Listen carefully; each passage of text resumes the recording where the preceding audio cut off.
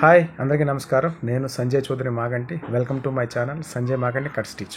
ఈరోజు నేను మీ అందరికీ రెడీమేడ్ శారీ ఏ విధంగా స్టిచ్ చేయాలని చూపిస్తున్నాను అనమాట. రెడీమేడ్ శారీ అంటే ఏం లేదు, యంగర్స్ ఉంటారు కదా, కాలేజ్ స్టూడెంట్స్ కానీ యంగర్స్ కానీ గర్ల్స్కి వాళ్ళకి ఏంటంటే శారీ కట్టుకోవడం రాదనమాట. కొంతమందికి వస్తుంది, కొంతమందికి రాదు. అలాంటి వాళ్ళ కోసం ఏంటంటే రెడీమేడ్గా అంటే శారీ అనేది అట్లా రౌండ్గా ఇలా చుట్టేసుకొని ఒక బటన్స్ పెట్టేసుకొని తొడిగేసుకునేటట్టుగా ఈజీగా ఈరోజు నేను స్టిచ్చింగ్ చేసి చూపించబోతున్నాను.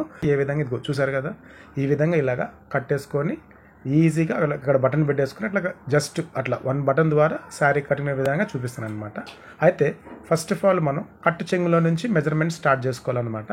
వేస్ట్ వచ్చేసరికల్లా మనకి ఉన్న మెజర్మెంట్ మీద ఒక 10 ఇంచెస్ యాడ్ చేసుకోవాలన్నమాట. వేస్ట్ వచ్చేసి ఇక్కడ 30 ఇంచెస్ ఉన్నింది. సో 10 ఇంచెస్ యాడ్ చేసుకొని 30 ప్లస్ 10 40 టోటల్గా 40 ఇంచెస్ అనేది మనం కట్టు చెంగుకి మెజర్మెంట్ చేసుకోవాలన్నమాట. ఈ విధంగా టేప్తో మార్కింగ్ చేసేసుకొని ఒక మార్క్ పెట్టేసుకోండి అక్కడ.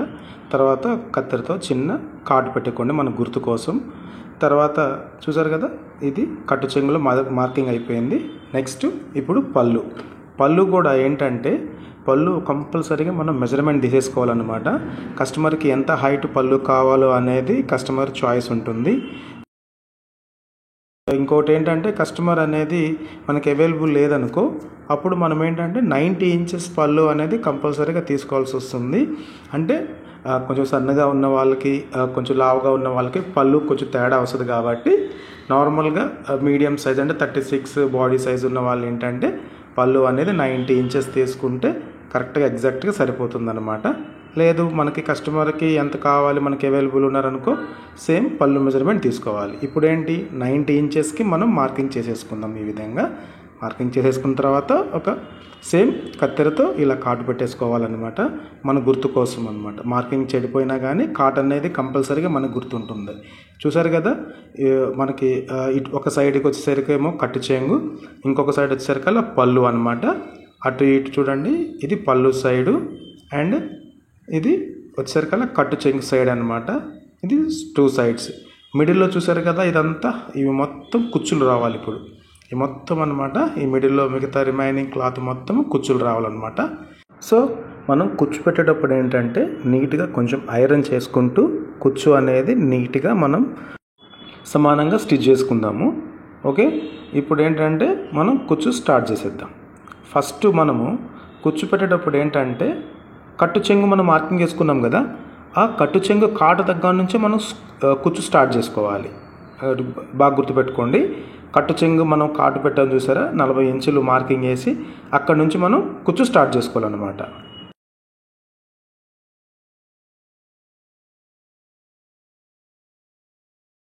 ఫస్ట్ కుచ్చేసరికల్లా కంపల్సరీగా 9 ఇంచెస్ ఉండాలి. చూడండి, ఫస్ట్ ఏంటంటే మనకు కనపడే కుచ్చు 9 ఇంచెస్ వరకు, ఫస్ట్ కుచ్చు 9 ఇంచెస్ మార్కింగ్ చేసేసుకొని నీట్గా ఫస్ట్ కుచ్చు ఈ విధంగా కుట్టండి.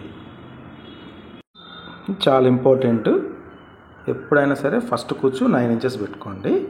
రిమైనింగ్ కుచ్చు ఎంత పెట్టాలో కూడా చెప్తాను. ఫస్ట్ మన ఈ కుచ్చు కరెక్ట్గా నీట్గా సరి చేసుకొని ఐరన్ చేసేసుకొని, ఇదేంటంటే కొంచెం సిల్క్ శారీ కాబట్టి జారిపోతూ ఉంటుంది. పిన్స్ మనకి అవైలబుల్ మన దగ్గర గుండ్ పిన్స్ ఉంటాయి. ఆ గుండ్ పిన్స్ ఏంటంటే ఆ ఫోల్డ్ చేసేసిన ఆ కుచ్చు దగ్గర 4 వైపులుగా అక్కడ పైన మనం ఏదైతే మనం ఫోల్డ్ చేసామో ఆ ఫోల్డ్ దగ్గర నీట్గా చూసుకొని ఆ ఫోల్డ్ కదలకోకుండా, ఫ్లీట్ కదలకోకుండా మనం గుండ్ పిన్స్ అయితే కంపల్సరీగా యూజ్ చేసుకోండి. బెస్ట్ మీకే.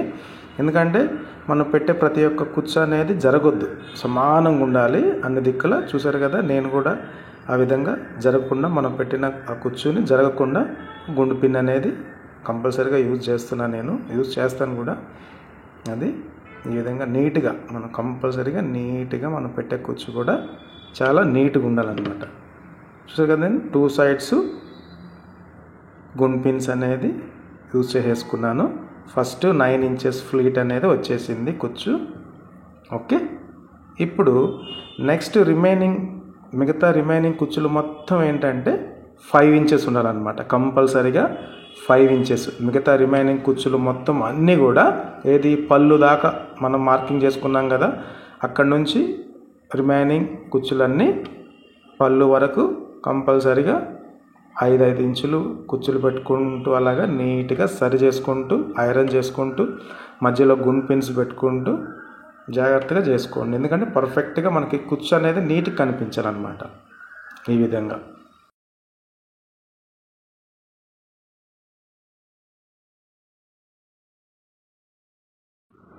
నెక్స్ట్ మనం 5 ఇంచు కుచ్చు పెట్టుకున్న తర్వాత ఇమ్మీడియట్గా ఏంటంటే గుండు పిన్స్ అనేది కంపల్సరీగా యూజ్ చేద్దాము.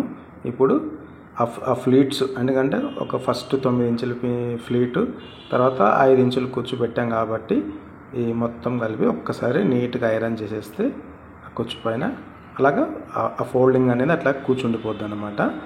అది హెవీ హీట్లో కూడా కాకుండా లైట్ హీట్గా చేసుకోండి. నెక్స్ట్ రిమైనింగ్ కుచ్చులని ఈ విధంగా కంప్లీట్గా 5 ఇంచెస్ కంప్లీట్ చేసుకుంటూ పట్టేసేసేయండి. 5 ఇంచులు కుచ్చు పెడుతున్నాం కదా, కుచ్చు పెట్టుకుంటూ కూడా ఎందుకంటే ఒక్కోసారి మడత జారిపోకుండా గుండు పిన్స్ పెట్టుకుంటూ అట్లాగే సపోర్ట్గా ఉంటాయి మనకి గుండు పిన్స్ అనేది. కంపల్సరీగా కుచ్చు పెట్టేసిన వెంటనే మళ్ళీ ఆ గుండు పిన్ని తీసేసి మళ్ళీ ఎక్స్ట్రా మనం పెట్టే 2 కుచ్చుల తర్వాత ఇలా గుండు పిన్స్ పెట్టుకుంటూ ఉంటే ఆ గుండు పిన్స్ అనేది ఏంటంటే చేసే మనం ఆ కుచ్చులకి సపోర్టివ్గా ఉండి జారిపోకోకుండా ఉంటాయి అన్నమాట. కుచ్చిళ్ళు మొత్తం నీట్గా ఉంటాయి శారీకి. ఈ విధంగా నీట్గా మనం అన్ని అలా ప్రతి మనం చేసే రిమైనింగ్ అన్నిటికి కూడా కుచ్చిళ్ళకి నీట్గా గుండు పిన్స్ పెట్టుకోండి. ఎందుకంటే మనం చేసేది కూడా కొంచెం శ్రద్ధగా చేసామనుకో పర్ఫెక్ట్గా అనేది కస్టమర్కి చాలా సాటిస్ఫాక్షన్ ఉంటుంది. మెయిన్ అది చూసారు కదా. ఈ విధంగా కొంచెం పట్టు శారీస్ అయితే నీట్గా వస్తాయి. ఇది కొంచెం సిల్క్ శారీ కాబట్టి ఏంటంటే కొంచెం జారిపోతూ ఉంటాయి కుచ్చిళ్ళు. ప్రాబ్లం ఏం లేదు. మనకు అలవాటు అయ్యే కొద్దీ ఏంటంటే ఎట్లాంటి శారీ అయినా కానీ క్రేప్ శారీ అయినా జార్జెట్ శారీ అయినా సరే మనం ఎటువంటి శారీకైనా కుచ్చులు పెట్టేసుకోవచ్చు. ఇంకొకటి ఏంటంటే పళ్ళు దగ్గరకు వచ్చేసరికల్లా కొంచెం తక్కువ ఉంటుంది, కుచ్చులు ఎక్కువ రావు. 5 ఇంచులు కుచ్చు రాదు, కాకపోతే చిన్న కుచ్చు పెట్టేసుకోవచ్చు, నో ప్రాబ్లం.